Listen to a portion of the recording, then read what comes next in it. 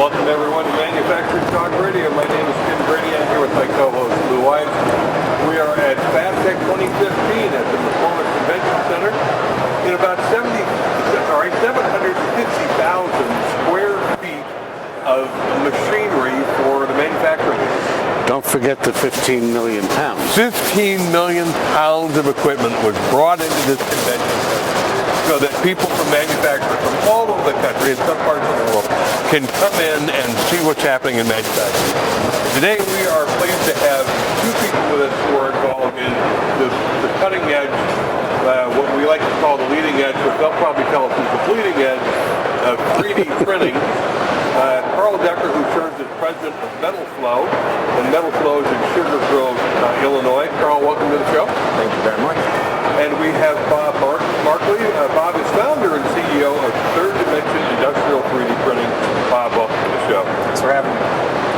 Bob, why don't we start with you, and if you would share with our listeners a little bit about what Third Dimension does, excluding all the stuff you can't talk about because of all the cool projects you're working on. All right, I'm done. We are an industrial 3D printer, also known as additive manufacturing, properly known as additive manufacturing, right, Carl? Okay. But the media has decided that it will be 3D printing, so that's what we go by. We work in metals only, using a high-power laser to melt very thin layers of powder, roughly a third the thickness of human hair. So we'll layer that powder over and over and over again, essentially tracing out the geometry that we want with that laser, micro-welding that part as it grows. We work in a few different materials, all metals, so these are atomized metals, very fine particle sizes, sometimes below 20 micron particle size, so very, very fine. We work in cobalt chrome, aluminum alloys, stainless steel alloys, titanium. We do all different grades of titanium. We do Inconels. Other materials out there have been developed. He's talking my talk now. Yeah, cobalt chrome, mirage, steel. This is there's no binder involved in this process. It cuts like real metal, has very similar properties. We tend to see a little higher strength, a little less ductile. We heat treat it as well to obtain the properties that the customer is looking for. In powder metallurgy, are the micron levels larger than 3D or additive? We tend to use smaller particle sizes, and that is machine dependent as well. Various machine manufacturers ask for different particle sizes because how you distribute that powder across your build plate varies from machine manufacturer to machine manufacturer. The flowability of that powder becomes very important. The smaller you get, the more difficult it is for that powder to flow. Not to get overly technical or metallurgical, is there grain size or grain direction in a additive manufactured part? Or that's going to get very technical. Okay. The short answer is you can control it and influence the grain direction. Yes. Not easily. So it has more of a consistency like a casting where it's no grain? It tends to be small, very small. Okay. Because you are melting very, very small particles. Right.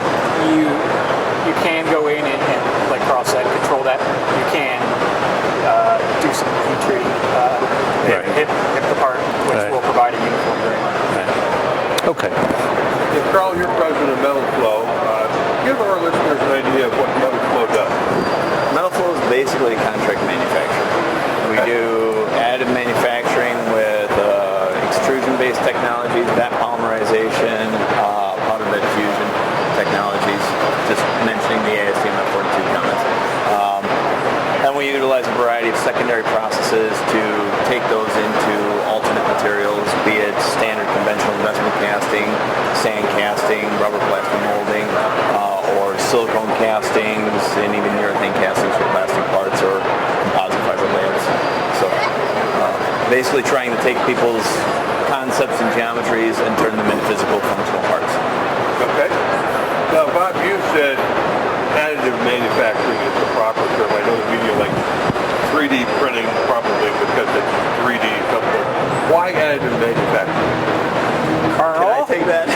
take it, Carl Carl? is Sure. is one of the F42, well, sorry, ASTM has started a group called F42. And that was the next number and the next letter that was available. That's where we're at.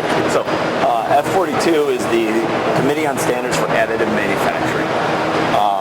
We started in 2009 in January and spent most of a day discussing whether we would be 3D printing, rapid manufacturing, additive manufacturing, and the consensus of 59 people from 22 different countries came up with additive manufacturing. 3D printing was originally developed at MIT with the Z-Corp process and has gained a lot of popularity with it, but it is considered one of the 7 different processes which are available for additive manufacturing. So the binder jetting or material jetting type technologies can be classified under. Okay. And what are the other 6? Binder jetting, material extrusion, powder bed fusion, directed energy deposition, vat polymerization, and sheet lamination. Don't ask a follow-up question. Yeah, I'm not going to have to explain any of those because I understand none of them. Other than I think you do the powder flatbed work yourself. yes powder bed. Powder bed fusion. Not enough coffee this morning. And the powder that we're using would vary from what Carl's using. That we're using the spherical metal powders versus a polymer powder. And I've seen some YouTube videos of it, and I'm always amazed because it's a laser working over a bed of what looks like dust. And as I said to Bob before the show, I said, you just don't pull out a pile of goo. It doesn't melt everything equally. It's melting different things at different layers of it. And you pull out this part. It's like, this is incredible. And as we weld each layer, we're also melting that layer below in order to join those together. So we do use a very significant amount of energy from that laser, not only to melt that part of powder that's on the top, but also to remelt that part as we grow it. What temperature is that cooking at? Very hot. Over the melting point of the metal.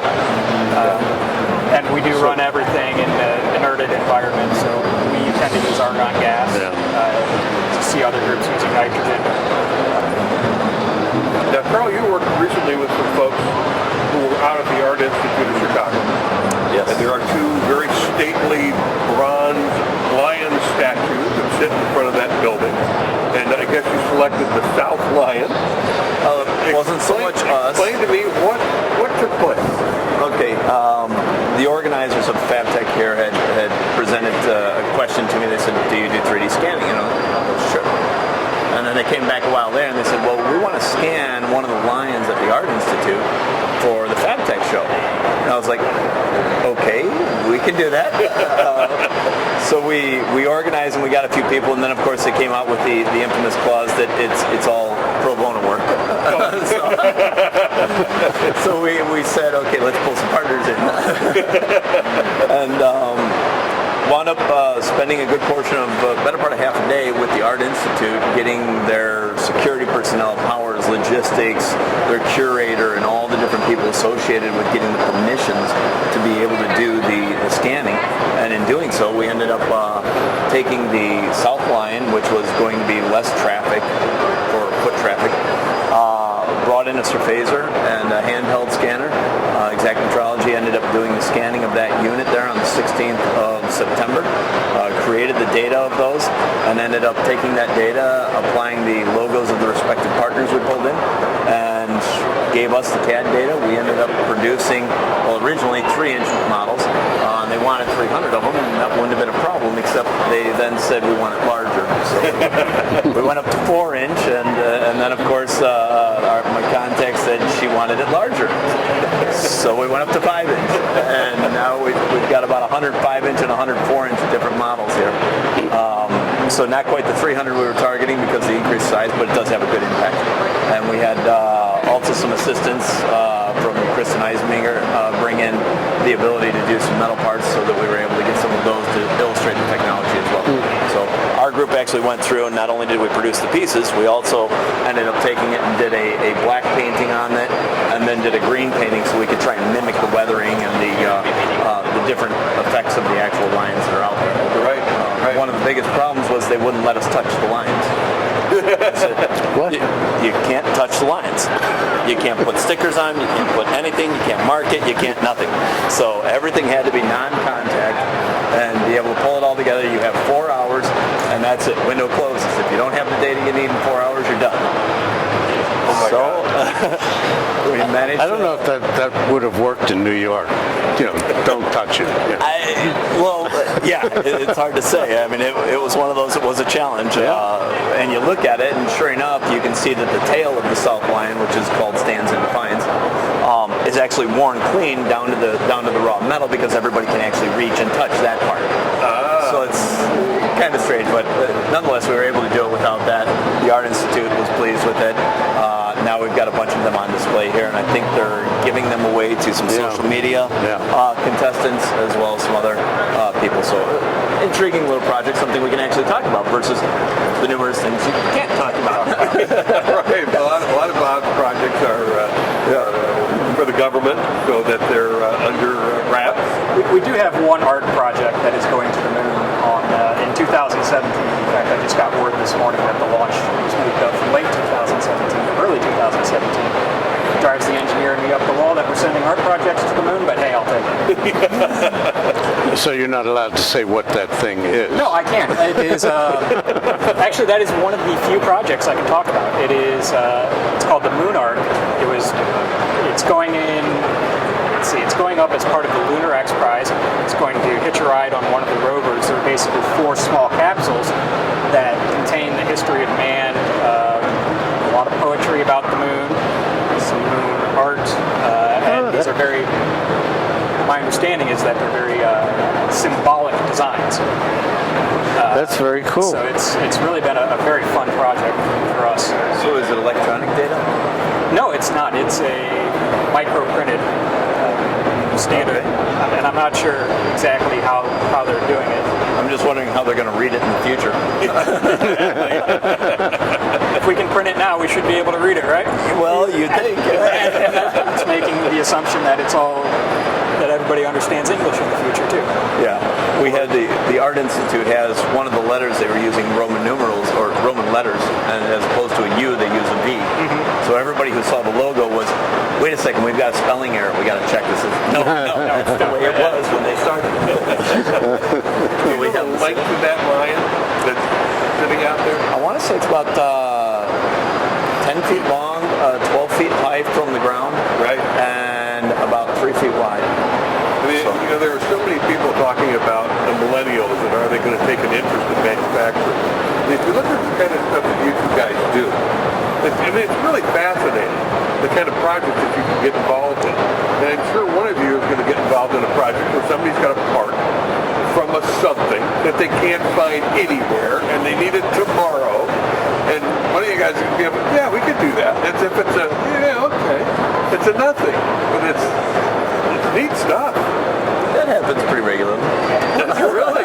Yeah. It's amazing how many pieces are still in service that don't have spare parts. Wow. And we don't see as much of that in the metals, primarily due to some of the lead times and needing some of the CAD data and tight tolerances that's required. Right. We do see a little bit of it, but generally we're looking at more prototypes or low-level production. Okay. But you could certainly scan Yeah, you any can particular certainly scan in a particular part. But we see as a lot of people coming to us with gears or parts where it's very surface finish dependent. You need almost a mirror surface finish. Right now the technology is not there. We can post-process and get there, but at that point we're almost better off just starting and going the traditional route. We see people asking, is this going to replace traditional? And at this point, I'm not sure I see it happening. I see it becoming extraordinarily complementary, but I just hired a machinist this week. I'm bringing in a 5-axis. These are all the tools and skill sets that we need to be effective and to really leverage and utilize the printing capabilities that we have. And Carl, you're shaking your head, no, it won't replace traditional. No, well, you're not going to make simple stampings or simple, millions of products with the accuracy, tolerance, and surface finish and everything that you can get off of a production production tool at the speed for the cost. These technologies have a long way to go before they're going to get to that level of competitiveness. And I think that there's too many opportunities and applications which haven't even been exposed yet that are going to come up, which these technologies will get into before even trying to approach that. When I say that, I'm talking like customized markets. Here, the microphone's not very common, but nostalgic, easy way to be able to reproduce low volume or custom pieces. You think of any sort of specific motifs or micro markets or niche markets, and it's an excellent opportunity to test out a product in a niche market and develop the demand to move it forward. Right. That doesn't necessarily mean it's a cost-effective way to get it out to the masses when you're producing millions and millions or billions. Bob, you also made a point before the show, and that is that the parts that people see in the pictures that are pretty and shiny and complete is not the part that comes out of the powder. Absolutely not. Parts that come out of the powder tend to be dull, fairly rough, and they have a lot of support structure attached. So we can't just build a part in that powder. We have to tie that part down, keep it from curling up during the build, and really make that a solid piece in order to get a good result. And that's part of what we're going through right now is the training of the engineers, training of the designers, really learning to leverage this technology and utilizing it to its fullest. We can't make anything. There are still rules, just like any other manufacturing process that you need to follow. And we'll tell people if this is easily machinable, let's throw this in the wire EDM. Let's take this over to the local machine shop and have it done. You'll get a part that's probably going to suit your needs better. You're not really taking full advantage of the technology. So all you're really doing is just driving your cost down. Now, there are occasions where we may be able to shorten lead times, but really those are typically pretty few and far between. Now, one of the things that we always do in manufacturing talk radio is allow our guests to shamelessly plug their company. So if you would give us your website address and a way for people to get a hold of you, Bob. I know you're looking for machinists, you're looking for somebody in sales, you've got some contacts in the aerospace. Share with us your website and a way to get a hold of you if they need to get a hold of you. All right. Our website is www.print3d4u. That's the numbers 3 and 4, and letters D and U. I'm sure that drives Carl up the wall. We are located in Indianapolis, Indiana. Metals only shop. We are currently looking for sales and business development individuals.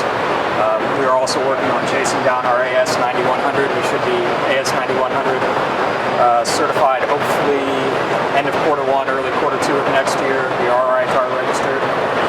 We do see a lot of aerospace work that tends to be our core right now. Now that being said, we talked about some volume stuff earlier.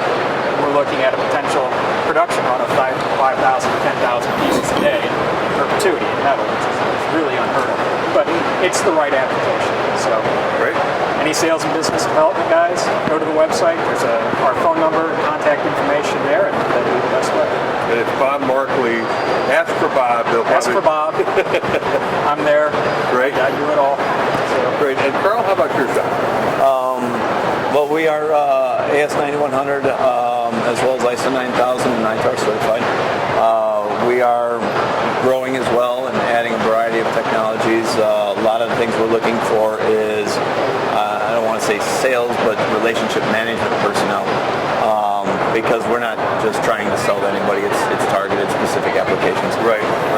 But we take inquiries or problems and find solutions for them, see what we can do to develop an approach that will get the customer to their resolve or closer to their end product to make sure that the entire process adds value, keeps them productive, and makes them viable to come back and give us more business in the future, as many of our clients have done. Great. And Carl, what's the website address? Website is www.metlflo.com. And again, we just put up a new website, so a lot of information's out there, and we're able to now keep that a lot more up to date than in some of the prior ones. Well, I think you bring up an important point, and that is that in your industry, as it is in so many industries, but people don't quite get it. It is a relationship management arrangement. You're really trying to work with someone to understand where their pain points are, what difficulty they're encountering, and then see if you can bring a solution to the table. You're right. We're not trying to sell them something that's in a box. Right. No, that's machine manufacturers selling widgets. Yeah, that's right. Well, we certainly appreciate you being on Manufacturing Talk Radio. Thank you for joining us. Fascinating area of the industry that you're in. I know, Bob, if you've got a booth here so that people coming into, I guess it's known as the B Hall, very close to Starbucks Coffee. There's going to be 3D dimensional printing. We'll take a look at their booth. And thanks, gentlemen, for joining us on Manufacturing Talk Radio. Excellent. Thanks for having us. Thank you. Appreciate it, Tim. Thank you. Appreciate those.